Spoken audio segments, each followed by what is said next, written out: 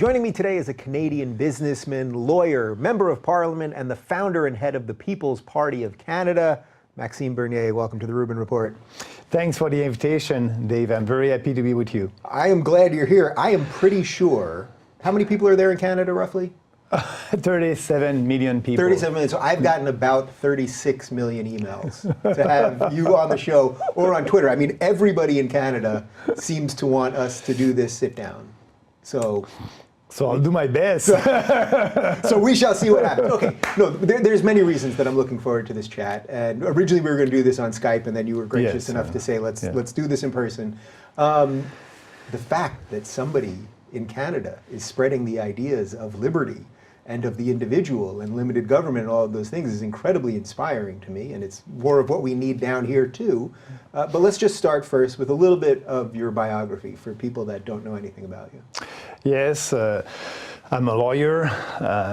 I did also a course in businesses before, and I work in the private sector in Montreal, Quebec, in the financial sector. I was VP of financial institutions. And after that, I work with the Montreal Economic Institute. That's a free market think tanks, like maybe the Mises Institute and like that. I was VP over there. And in 2005, I had a meeting with Stephen Harper. At that time, he was the leader of the opposition before the election in 2006. And so he was looking for some ideas to be able to have some seats in Quebec. As you know, Quebec is the Francophone part of the country. And so we had a good chat together, and I told him, you know, there's two important things that you must say to Quebecers if you want to win. First, you must respect the Constitution, because in Quebec, if you remember, we had two referendums, and we still have a separatist political party at the provincial level. So I told him, you know, respect the Canadian Constitution, don't interfere in provincial jurisdiction, and everything will be okay. And also lower taxes, income tax to Quebecers and all Canadians. And at the end, that was, I think, a good proposal for Quebec, but also for all across the country. And he decided to put that in his platform, and he asked me to run with him in 2006. So I decided to run, and my riding, my district, it is in Beauce, near Quebec City. It's a half rural, half urban riding. And I went there because my dad was an MP under Brian Mulroney for 13 years. And so when I came in Beauce in 2006 to run, the director of my campaign told me, Maxime, we have a problem with you. Because I was working in Montreal, I was not in the riding. He said, you have a name. My dad was very well known, but you don't have a first name. So our goal at the end of the campaign, people must know you. So I did a good campaign, and at the end, I won, and also Stephen Harper. We formed the government in 2006, a minority government, 2008, a minority government, and I was industry minister at that time. I did a big deregulation in telecom, and that's why people at that time, they call me the Albertan from Quebec, because in Alberta, they are very free markets, and in Quebec, at the provincial level, we have a big, fat, and socialist government.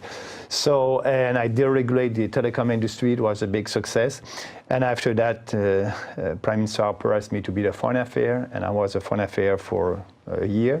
And I resigned, and I came back in the cabinet in 2010, and I was Minister for Small Business, and after that, Minister for State for Agriculture.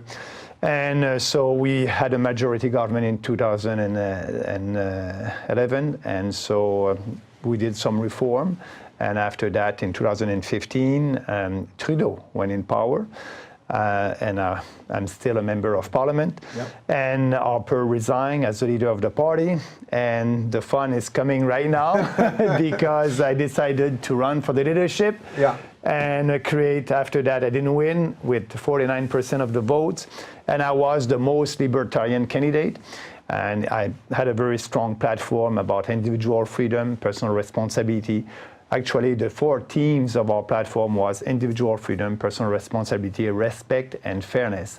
And all our policies were based on these principles. That was very successful. at 49%. And, I was the only one to say we must abolish corporate welfare, 100%. We must also cut foreign aid and do a lot of changes like that on the economy and also on the immigration. I had a strong platform. So I didn't win. I tried to work with the new leader, Andrew Scheer. I wanted the leadership of the Conservative Party of Canada to adopt some of our reforms because that was very popular. And a year later, he told me that they didn't want me anymore. They won't take any of the ideas that I put forward. And also, I did a couple of tweets that they didn't like. We'll get to your Twitter in a little bit. Don't worry about that. And so I resigned from the party, and in September I decided to create the People's Party of Canada. Yeah. All right. So we've got your basic political pedigree there. Yeah. Is there an inherent sort of oddity of a libertarian trying to go into government, where most people that go into government want to grow government? They believe that if only their policies were instituted, they could have a better government that could do more and so on. Yeah. Versus a libertarian comes in, you cut regulation, you wanted to cut some programs, et cetera, et cetera. It's almost like you're trying to shrink the thing that's also your job. Now, you've had real jobs also, so I suspect you could look at it perhaps a little bit differently. Yeah, because, I was in the private sector before, and I know that too much government, it is not bringing prosperity. And I'm a kind of an Austrian economist also. I like Mises and all, my preferred website is mises.org. So I'm on the economy, you can call me a libertarian, but I'm not a real libertarian, because a real libertarian will ask for open borders or no more regulations or legislation on drugs, and so I don't believe in that. I think we must have a state that will have some regulation, basic regulations. So how do you figure out where that line is? That's been one of the themes that I talk about with a lot of different guests, and that sort of seems to be a little bit of the difference between people who consider themselves classical liberals and libertarians, where there's a little more, say, hand of the state on the classical liberal side. Libertarians, it's hard to know where the end is. Are we just in Mad Max? Mad Max, which sometimes they call you Mad Max. So there you go. So for me, it's all about the economy. That's the most important. And yes, our social policies must be for more freedom and personal responsibility. And I tried to make a big difference with the state and the economy, like we did in the past with the states and religious, so that's always important to have this difference. And on the economy, it's easy to be a libertarian it's easier to be a libertarian and a politician because it's all special interest groups that are coming to you and they want a privilege or more subsidies or things like that. So I'm making the line when I'm saying what I want to work for all Canadians and not for a special interest group. And when, a special interest group is coming to us and they just want to promote their privilege or to keep their privilege, that would be easy for me to say, no, I won't do that. The best example was the cartel that we have in Canada in supply management. That's a socialist system that Pierre-Elliott Trudeau put forward 45 years ago, where milk, poultry, and eggs, the producers are fixing the price and fixing the production for the Canadian market. They cannot export. So Canadians are paying twice the price for milk, poultry, and eggs if you compare that with the price that you're paying here in the US. So this cartel is very powerful.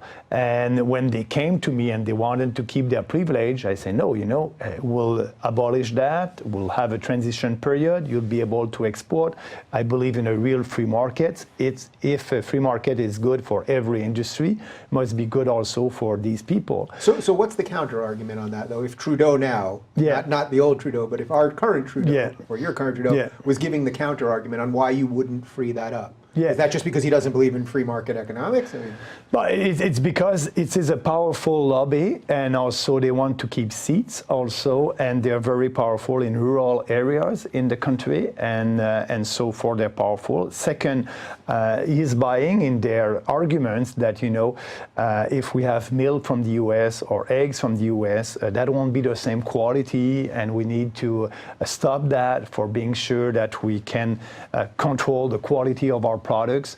And so that's another argument. But for me, when you have a legislation, everybody must respect that. So if you want to export to Canada your eggs or your poultry or your milk, you must follow the Canadian legislation and regulation. That's a no deal. And but it's the powerful. They're very powerful. So the thinking is they want to keep not only Trudeau but also my former party, the Conservative Party of Canada, the NDP also.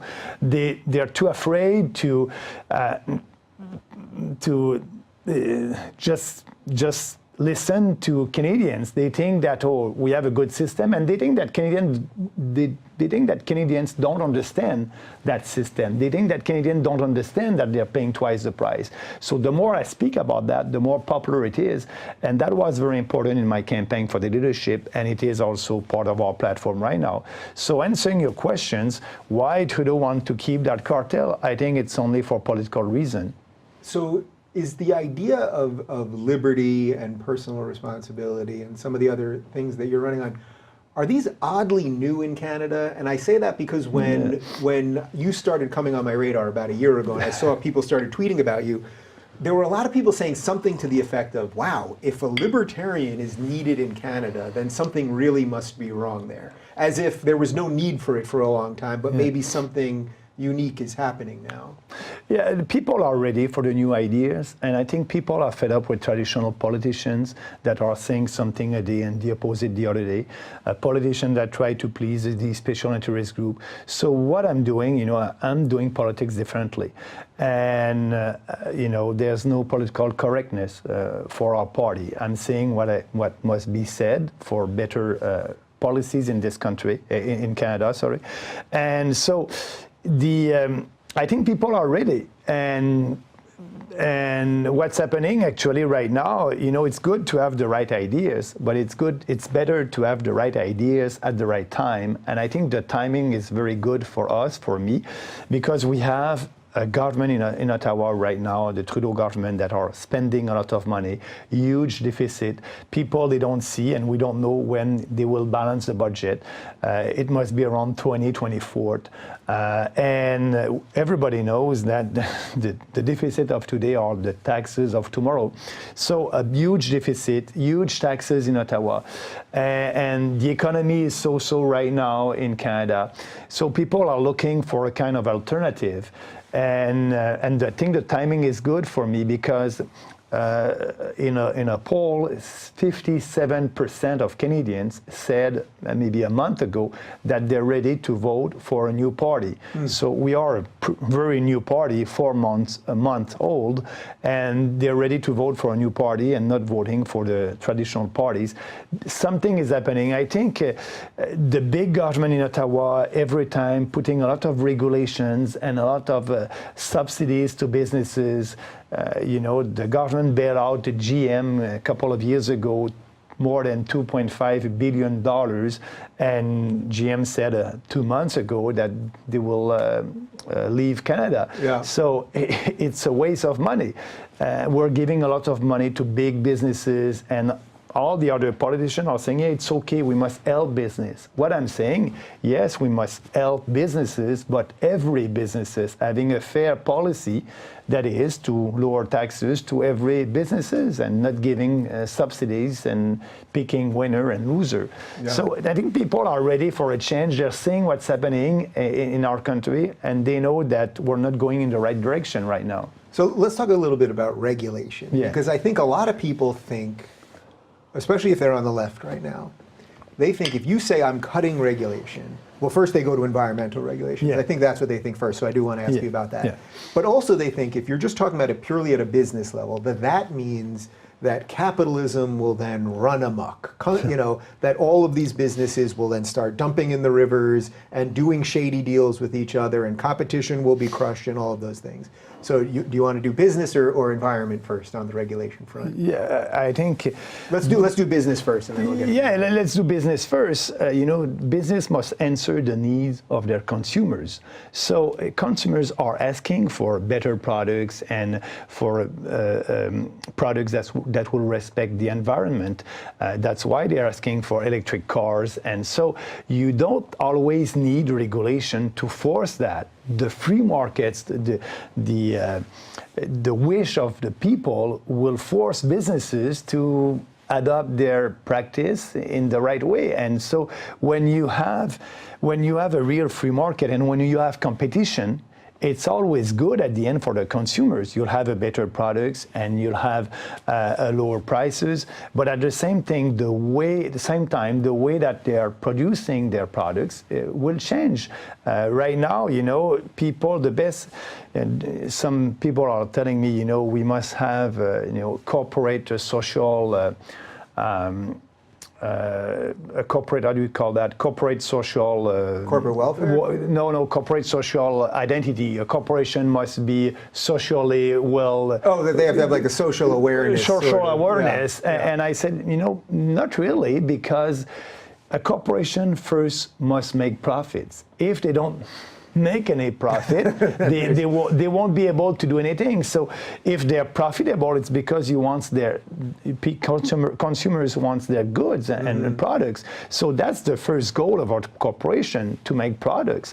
And I think that you need regulation, but what we're doing right now, every time that something happens, we put a new regulation.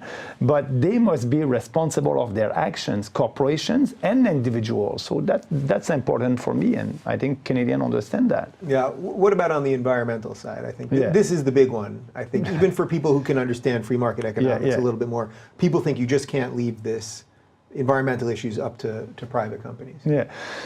You can sue a corporation if they don't respect the regulations. Actually, clean water, it's very important. But, when you have facilities that are owned by the government or by the municipalities, everything must be public. If they're doing tests and things like that, if the water is clean or not. When it's not public, you cannot sue them if they don't respect the regulation.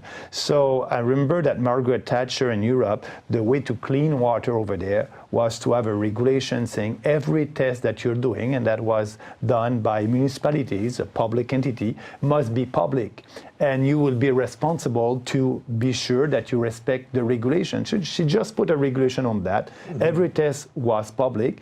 And 5 years later, the water was cleaner than it was before because they didn't want to be sued. They didn't want to be, so they were responsible. So when you have a real free market, when everything is on the table and you know the information, that's bring usually a better quality of water or land. And so you have property right for that, and property rights, it's the basics of all that.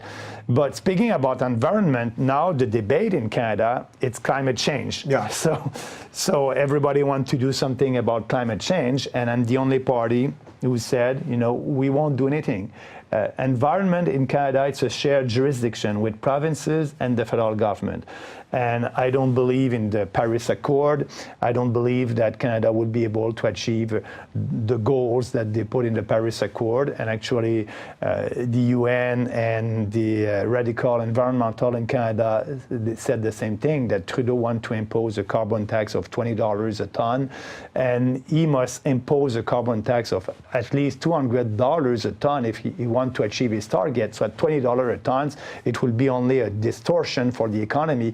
And hard-working families will pay higher prices. So that's why, I don't believe in Paris Accord, and I think that we must not impose new regulation on that. We must let provinces and other provincial government, if they want, to have a cap and trade like they have here in the US, and other kind of a process for that. For us, I want to have a program that will maybe be very strong on clear water, clear air, something that people understand, and having the property rights that will work, and more information. You need more information at the same time to be sure that people will understand if this lake is clear or not. Yeah, so I'm glad you mentioned that, because it seems to me that it's about information and being able to get your messaging across. So for example, the Paris Accords, which obviously the United States pulled out of, it seems very easy. If you listen to the media, it was very easy. We have to be part of the Paris Accords. And then if you ask anyone what the Paris Accords are, they have no idea. If you ask them, well, is it a binding? Is there any, is there anyone watching to make sure any of this happens? They have no idea, and the answer is no. I just read last month that despite the U.S. pulling out of the Accords, that right now the U.S. is meeting most, if not, or exceeding all of the standards of the Accords. So how much of this is just about getting your messaging across? Because this will shift us a little bit to talking about the media, which you've had an interesting relationship with, to say the least. Yeah, you're right about that. You know, it's all about virtue signaling for a politician, but I think Canadians understand that. They understand when I'm saying, you know, the Trudeau government. Actually, right now, they are hypocrite. They are saying something to the population, knowing that they won't be able to achieve that.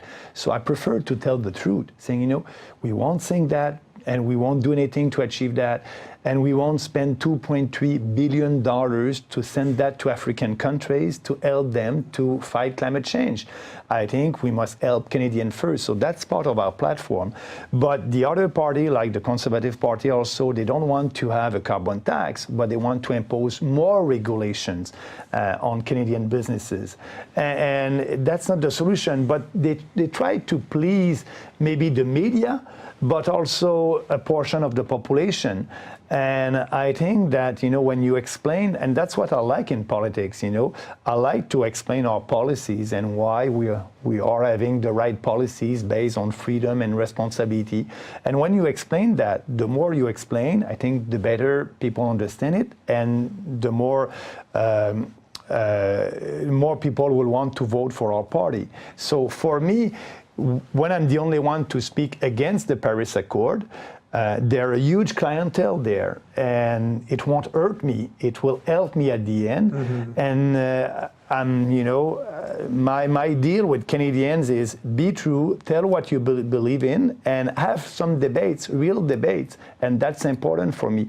So yes, the media are playing an important role, but we need to use also the social media, and that's why, you know, I'm very pleased to be here to speak to the American audience and Canadians audience, and just try to have a conversation with them and you. Yeah, what's the state of the media in Canada right now? You guys have a whole different set of problems than we do. Oh my God! What is going on with the CBC and just everything else in Canada? Yeah, you know, we have the CBC. I like how your whole body language changed immediately. Here we go. Yeah, we have the CBC, and the federal government is giving about $1.3 billion a year to the state broadcaster, the CBC, and in French it's Radio-Canada. And I'm the only politician, and it's a very popular policy that we must cut that because it is unfair. The CBC are competing with other private broadcasters for the advertising, and also they receive money from the government. So it is not fair. We must cut the CBC, and what I want the CBC to be a little bit like a PBS in the state. If they're so good, they will be able to have money from their viewers. But also the CBC, their editorial board are a little bit, I will be very very kind, a little bit leftist. So you're being very kind. Yeah. It's worse in French though. The Radio-Canada in French are more leftist than CBC sometimes. Is there a reason for that? You know, it's like your media here a little bit, but the worst thing is it is funded by the government. Yeah. So if you're I don't know, a CNN, and you don't receive any fund by the government, and you want to be on the left, it's your corporate decision. But the CBC must be more neutral, and they're not. So that's the big problem that we have in Canada. The way to fix that is, first of all, CBC must receive money from their viewers first, and second, the government must, if the government is giving money to the CBC, we must know what's happening, and maybe the executive of the CBC must be before the Parliament once a year to explain their editorial policy. But that being said, the media, we have the CBC, we have the traditional media, but when you're a real conservative or a right-wing politician, you don't have the same coverage than the liberals or the left they're having in these traditional media. Do you think in a weird way that that's working to your favor now? I think so. Because at least in the circles that I can see, you seem to be the hottest Canadian politician. Despite the fact, and maybe it's fueled by, maybe it's not despite, maybe because of the fact that you're the outsider from the media and people are so fed up with the media that it's like, oh, here's this guy doing it, circumventing them. And also, when the media, the traditional media are writing something about us or my party that is not true, I will call that. I will, and I'm very, very factual on social media and Twitter about it. And I don't try to please everybody, or I don't try to please the media. They have to do a job. If they're fair, it's okay. If they're not fair, I will be out there and I will argue my case. And that's not all the politicians. The politicians are not doing that. They want to be fine with the media. They don't want to have a fight with the media. And for me, I will have a fight with a journalist if he's not doing his job.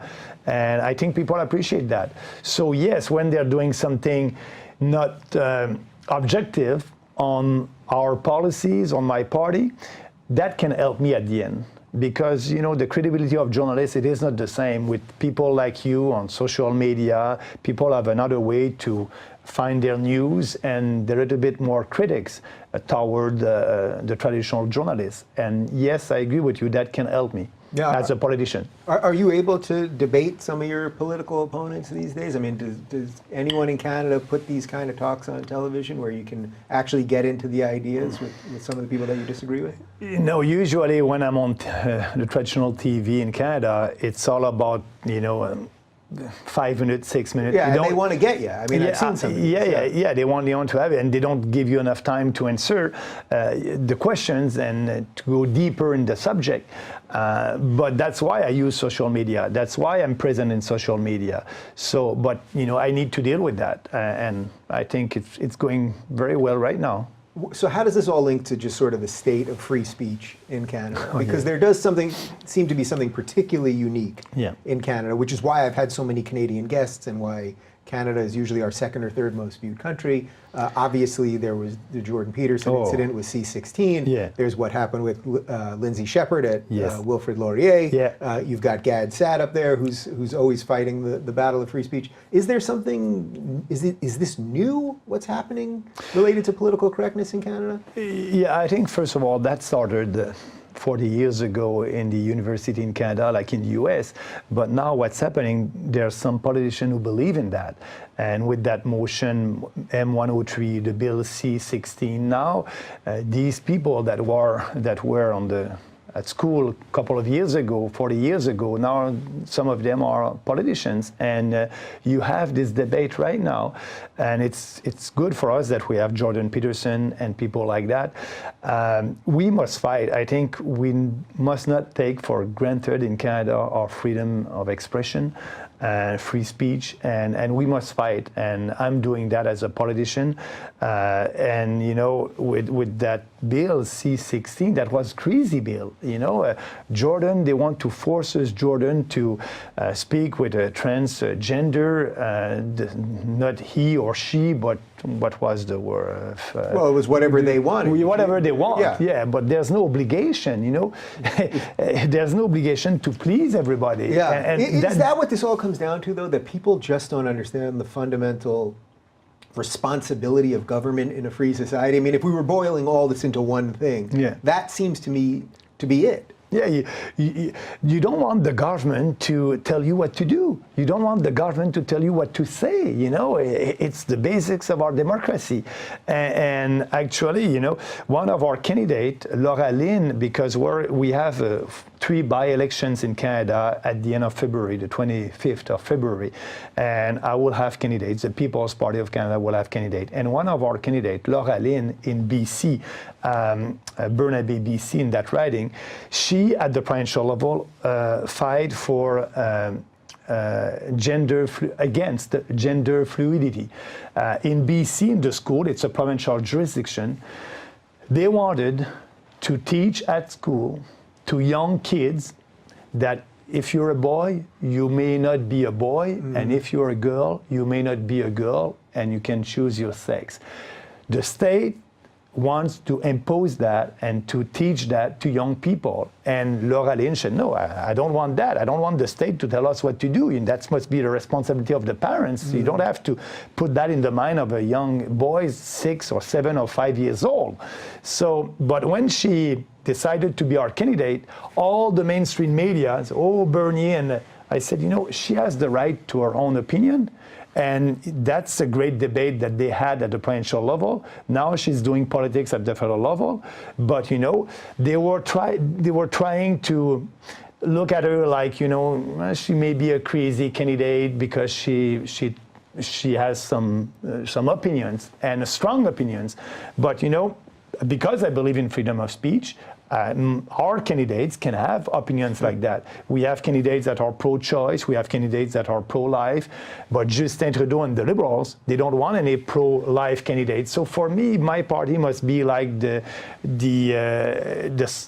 our Canadian society.